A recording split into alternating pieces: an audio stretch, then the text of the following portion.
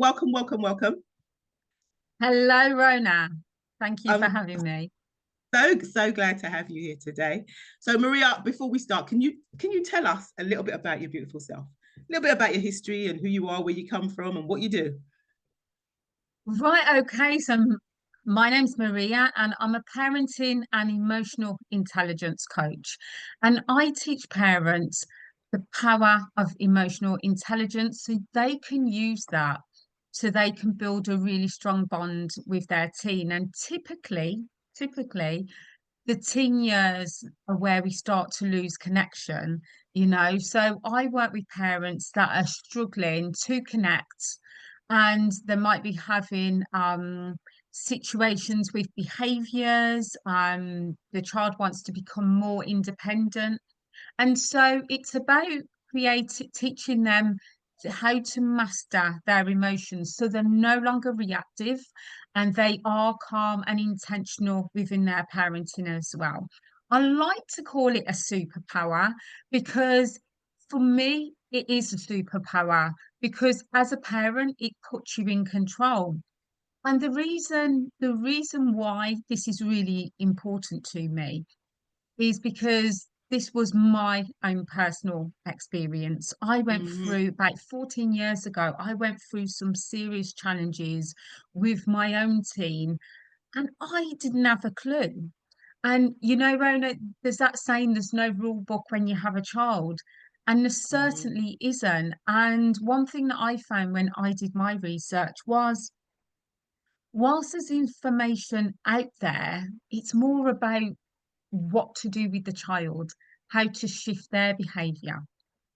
But nobody's talking about nobody's talking about parents shifting their behavior and Mhm. how Mhm. as parents, we can be projecting without realizing our own unresolved pains and traumas as a child, and we can be potentially projecting these through our parenting.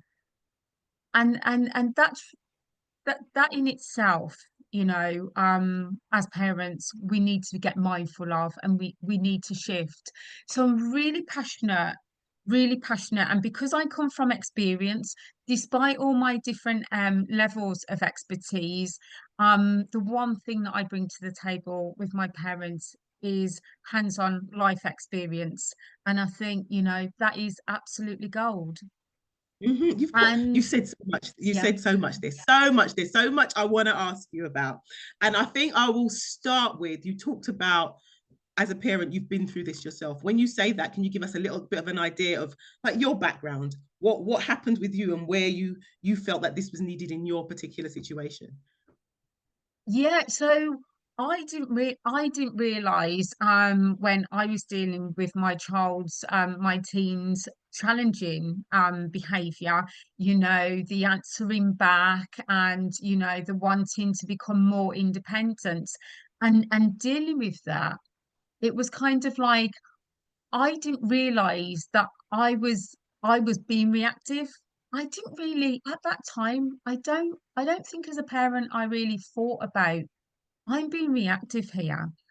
I thought I'm doing the best job I know how, and I don't really Mm-hmm. frigging know what to do. I'm being perfectly honest, and this is really important as well for parents, is be honest with yourself.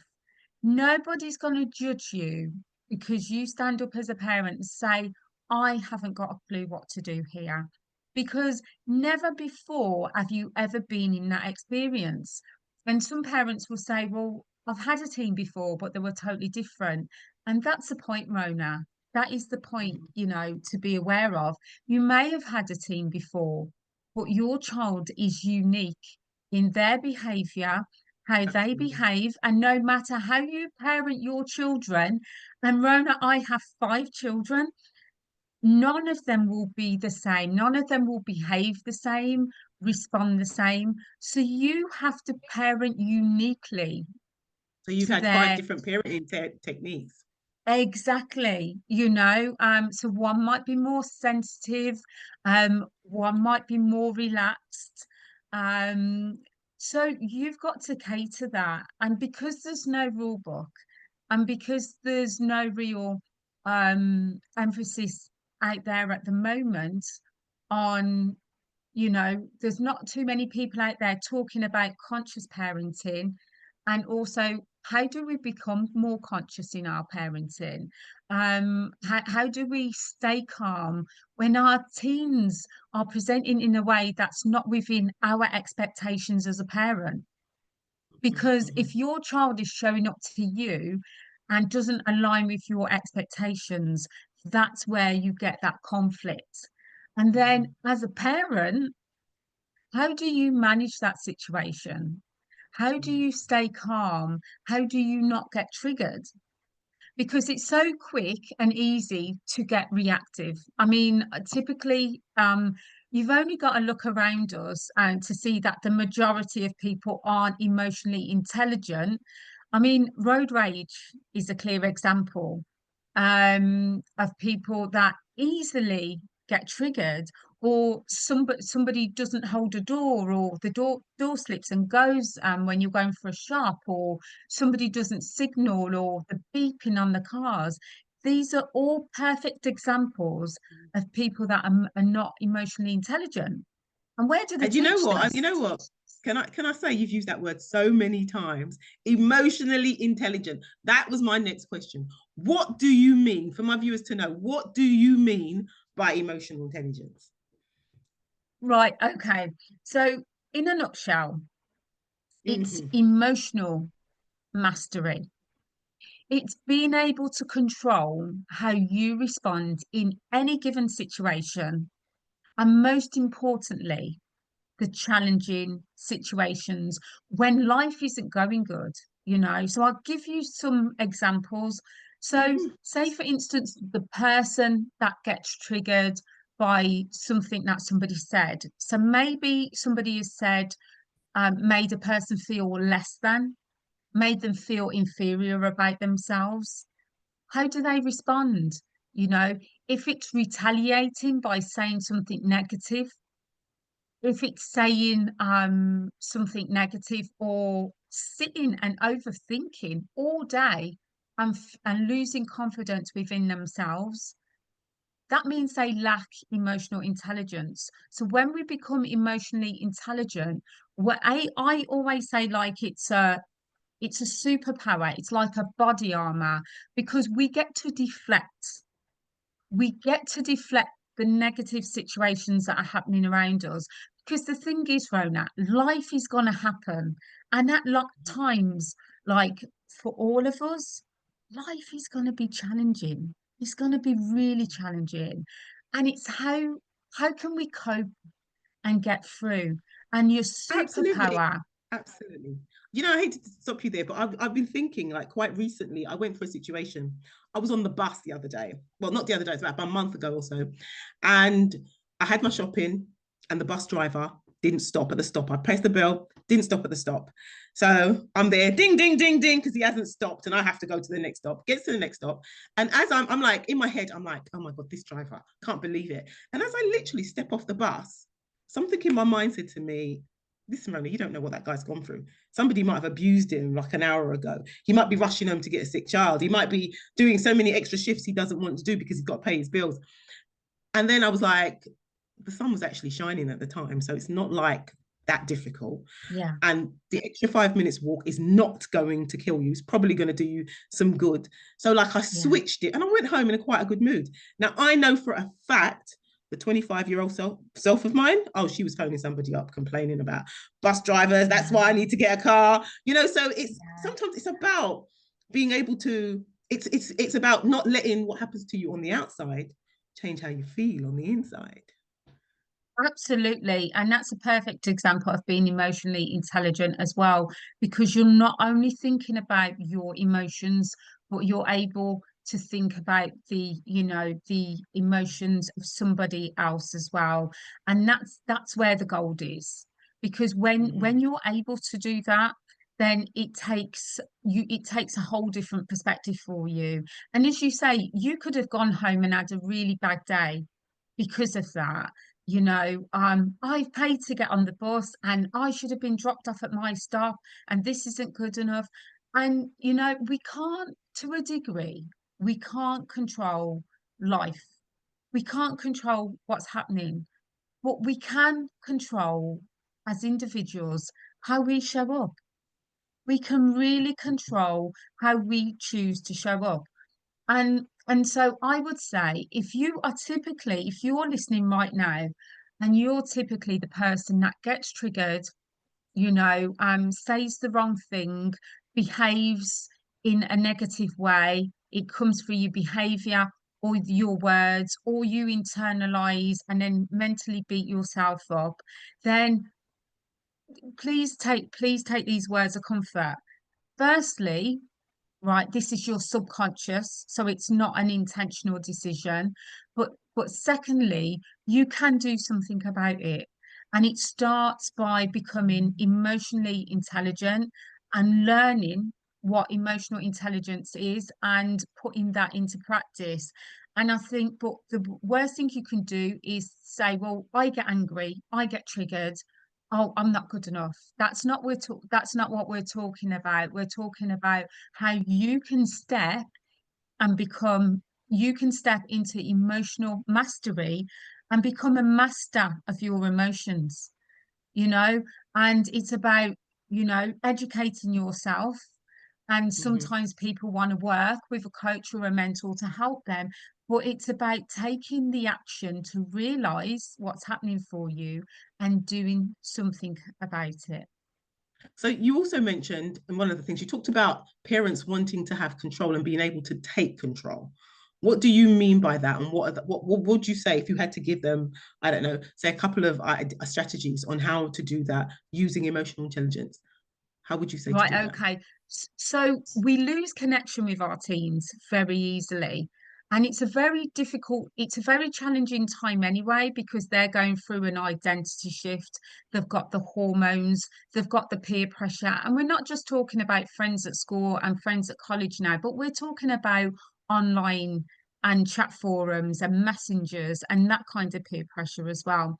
So it's so easy to be not be conscious in the moment. And so if you're not in control, if you're not intentional in your parenting, you're going to easily start to lose connection. And it's a perfect example is a mum is going to work and she's trying to get a teen out the door, and the teen is dragging their feet, and straight away the parent goes explodes, and it's like, because they're so stressed and concerned about their boss giving them a hard time and what being late's going to mean for them.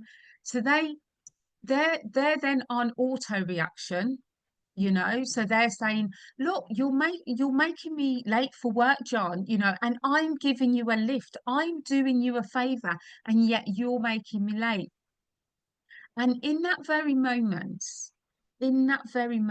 we lose connection. And if you're the kind of parent that does this on a frequent basis, Rhona, then it's going to stack. It's going to stack.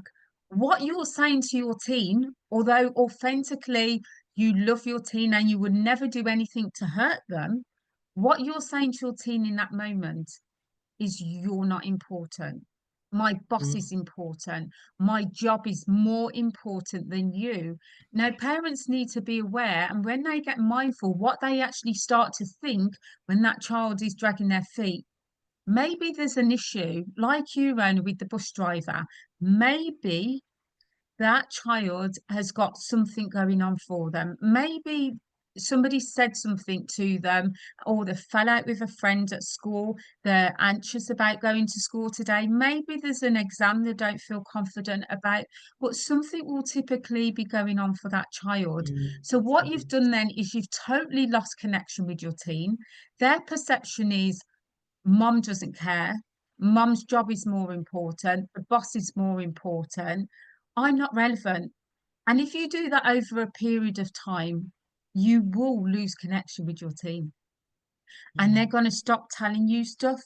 They won't trust you to come to, because they'll think, well, mom's just going to explode, and she's going to judge me. She's not going to listen, because that's what you're doing for your unconscious parenting.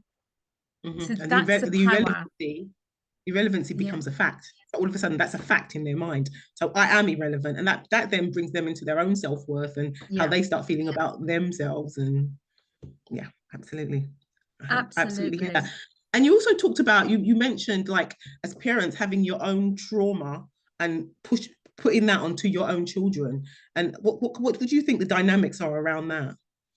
I think, Rona, we as adults, we go through our own challenges. Now, it Mhm. may not be a parent that has been challenging for us and has created trauma. It might be a partner in the past, it might be friendships. So it's not saying that everyone's been through abuse growing up. But along the way on our travels, we experience a level of trauma, and we Mhm. we experience different traumas. Many people will say things like, "I've never been through trauma." And when we sit down and talk about what trauma looks like, they realize they've been through a lot. They've been Of through a lot course, of trauma, everybody has. actually. Yeah, Mm. yeah, but many people don't seem to think trauma is like something majorly significant, that trauma can be something like losing a really important friendship or relationship. That's trauma. Absolutely. And Grief can be a so trauma. So. yeah, it's understanding what trauma is. But what actually happens when we experience trauma is we kind of just shelve it away in our minds. We kind of shelve it away and we move on.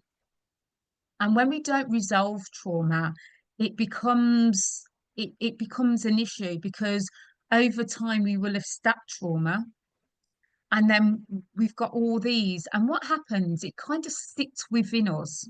It kind of trauma sits within us, and then it gets triggered. So think about road rage, and when somebody's in a situation with road rage, it's about it's about meeting a human need. They want to feel significant. We all have six human needs, and the four primal human needs are certainty, uncertainty, love and connection, and significant.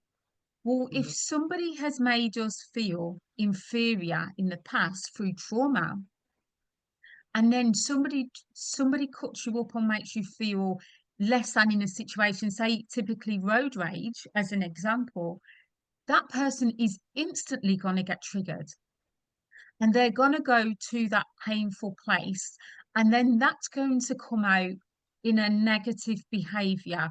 whereas it's Mhm. like driving crazy back at the person, the shouting, swearing, or whatever, because they've been triggered, and it's their unconscious mind. Up to that point, everything may have been okay, they may have been driving and they've been in a pretty much good state, but they can instantly get triggered in a moment because of that unresolved trauma. And and so what happens with parents is they then project that through their parenting unconsciously, because maybe Mhm. their teen has made them feel less than. Maybe that Mhm. teen has made them feel that they're inferior, they're not good enough. And so that's how it can come out typically in our parenting. And if you look at generational cycles as parents, if you look at, you know, if you look at a family cycle, a generational cycle, typically you will see um you will see patterns, and the patterns are that this happened, the estrangement happened in their for their parents and their parents before that, and if you go right back, Mhm. you can follow it Mhm. through. So the question is, at what point are you ready, to break the generational cycle, Okay. break and I'm talking about the negative dynamics here, Mhm. but when are you ready to break the negative dynamics of your parenting past? And that means that takes somebody to be conscious and aware, Yeah. you Absolutely. know, and that's Absolutely. and that's how I help parents. Okay. And off on another tangent, just a little bit different. You have recently become an NLP practitioner. Can you tell us a little bit about that and how you think that affects what you do as a coach, as the coach you're doing now? Yeah, so And tell us what absolutely. NLP stands for to my audience. What does NLP stand for and what is that about? So it stands for neuro linguistic programming, and it's about being able to reprogram, the way that we communicate and take information in as well. And it's all about, if people have gone through experiences and maybe they've got limiting self-beliefs, Mm-hmm. maybe they're the person that needs to speak on stage at work, and it can be in that context, and they've got a fear of speaking on stage. So it's about being able to do the therapeutic interventions with them to be able to shift that, so they now reprogram and are able to get on that stage and speak confidently. So there's all a range of different therapies, like timeline therapy and anchoring anchoring new behaviors as well. And it's so powerful, Rona, and I think one of the things, one of the things that I think people do not recognize, a lot of people, just how powerful our minds are, just how powerful, but just how flexible and just how adaptable and just how potentially possible we can shift our behavior. We can really shift our behavior and become unstuck and Mm-hmm. shift the negative behaviors and self beliefs that keep us stuck. And we Mm-hmm. don't have to accept, we don't have. We don't have to accept our situation. We can do something about it. And, Absolutely. you know, um, it's, as I say, always refer to it being as a superpower, like the emotional intelligence. We have got the power as an individual. You must believe you have got the power to shift your negative thinking, to shift your low mood, to shift the trauma of the past. You can decide today that this is the day that you end feeling stuck, that you end your limiting beliefs, that you stop being you stop lacking confidence, and you can step in your own. You can do that, you know. You can have a coach, a mentor, and have someone to support you step by step to achieve that. And your past does not define your destiny. It doesn't define your potential in any shape or form.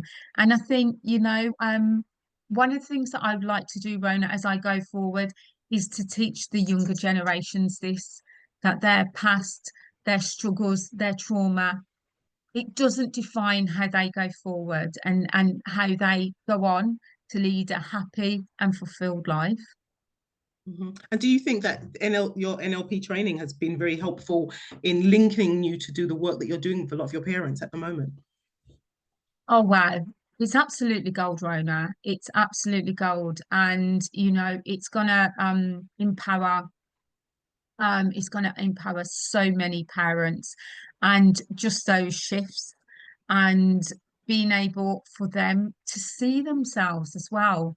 Because it is perception, how you show up is how you Mm-hmm. perceive yourself as well, and what you focus on. And many times parents are that I work with are very feeling very challenged, and they lack confidence, in their own ability um to be um to be a parent that can be engaging, positive, and build a bond with their teen, because they never had that. They never Mm-hmm. had that experience. And then they think, well, who am I? Who am I to show up better? I've never had that. Nobody taught me. So I don't know how to do that.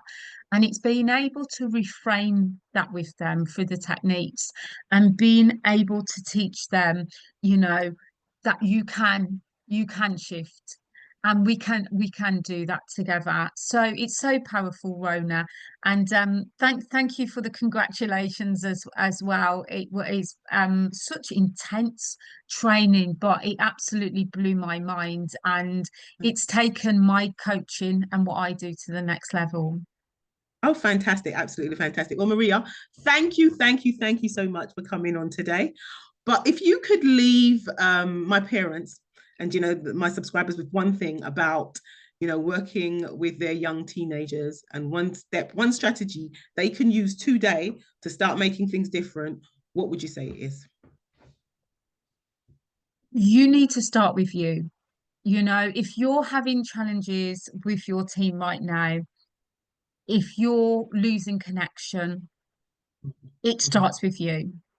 Okay. You need to deep dive within and find out, and I always say the simplest thing that you can do, and it's free, Rona, is to brain dump. Because when you brain dump, you're writing the words as they come to your mind. So your mind hasn't got time to talk you out and say, oh Mhm. no, not that one, that doesn't feel safe or good. Brain dump those emotions down. Brain dump what happens when your teen upsets you. Mhm. Brain dump how it feels. Where does it feel in your body? What does it feel like? How does it make you feel? Brain dump your responses. Now, Just I know what yeah. you're talking about when you say brain dump, but can you explain to my subscribers exactly what you mean when you say brain dump? Get an A4 piece of paper or a bigger piece of paper if you want. Don't worry about anybody seeing it because you can shred it. You can burn it, you can do whatever. So don't worry about anybody seeing it because nobody's going to see it. Think about the challenges that you have with your teen and how you feel and how you respond, and write every single word, feeling, emotion, behavior, words, even. Nobody's going to see it but you. Get it down on a piece of paper and do it when nobody's going to disturb you. And I want you to reflect on every word that you've written down. And you can put some Zen music on, some meditation music. Go to YouTube, Zen music, meditation music, have some music in the background to relax you and reflect. And I want you to do me one thing when you do this exercise to make it so effective for you. Be honest, be raw with yourself. Be okay to step inside and be uncomfortable because when you're uncomfortable, that's how you grow. Get those words down and reflect. And I want you to step into each word and feel and really see how that's impacting on your parenting. If that's one powerful thing I can give your parents, Rona, that is it. It's absolutely gold. And it's such a powerful technique.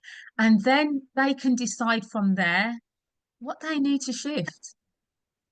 Absolutely, absolutely, Maria. Thank you so much for coming in today, and it has been fantastic talking to you. Bye for now. Bye. Thank you. Bye bye. Bye bye. Rollers journey starts today.